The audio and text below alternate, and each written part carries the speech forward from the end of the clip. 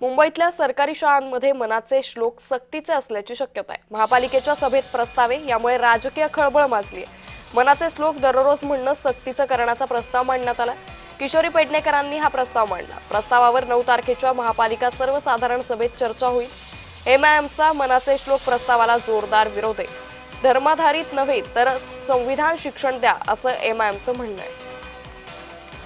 तर किशोरी पेडणेकरांनी हा प्रस्ताव मांडलेला आहे, मात्र एमआयएमनं या प्रस्तावाला सध्या विरोध केल्याचं पाहायला मिळतंय।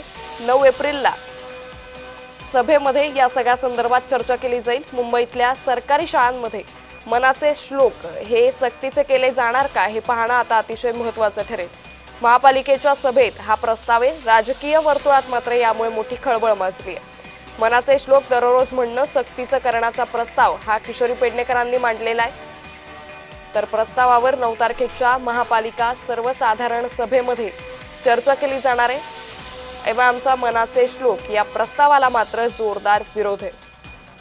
तर आता या सगळ्या संदर्भात सभेमध्ये नेमकी कशा पद्धतीने चर्चा होते, एमआयएमच्या नेत्यांचं या संदर्भात कशा पद्धतीने म्हणणं असेल, त्याचबरोबर इतर नेत्यांकडून, इतर नगरसेवकांकडून या सगळ्या संदर्भात कशा पद्धतीने आता प्रतिसाद दिला जातो तेही पाहणं तितकंच महत्त्वाचं ठरणार आहे। धर्म आधारित नव्हे तर संविधान शिक्षण द्या असं एमआयएमनं म्हटलेलं आहे। तर मुंबईतल्या सरकारी शाळांमध्ये मनाचे श्लोक हे सक्तीचे करण्याचा प्रस्ताव हा ठाकरे गटाच्या नेत्या, त्याचबरोबर मुंबई महापालिकेच्या विरोधी पक्ष नेत्या किशोरी पेडणेकरांनी मांडलेला आहे। या प्रस्तावावर 9 एप्रिलला महापालिकेच्या सभेमध्ये चर्चा केली जाईल।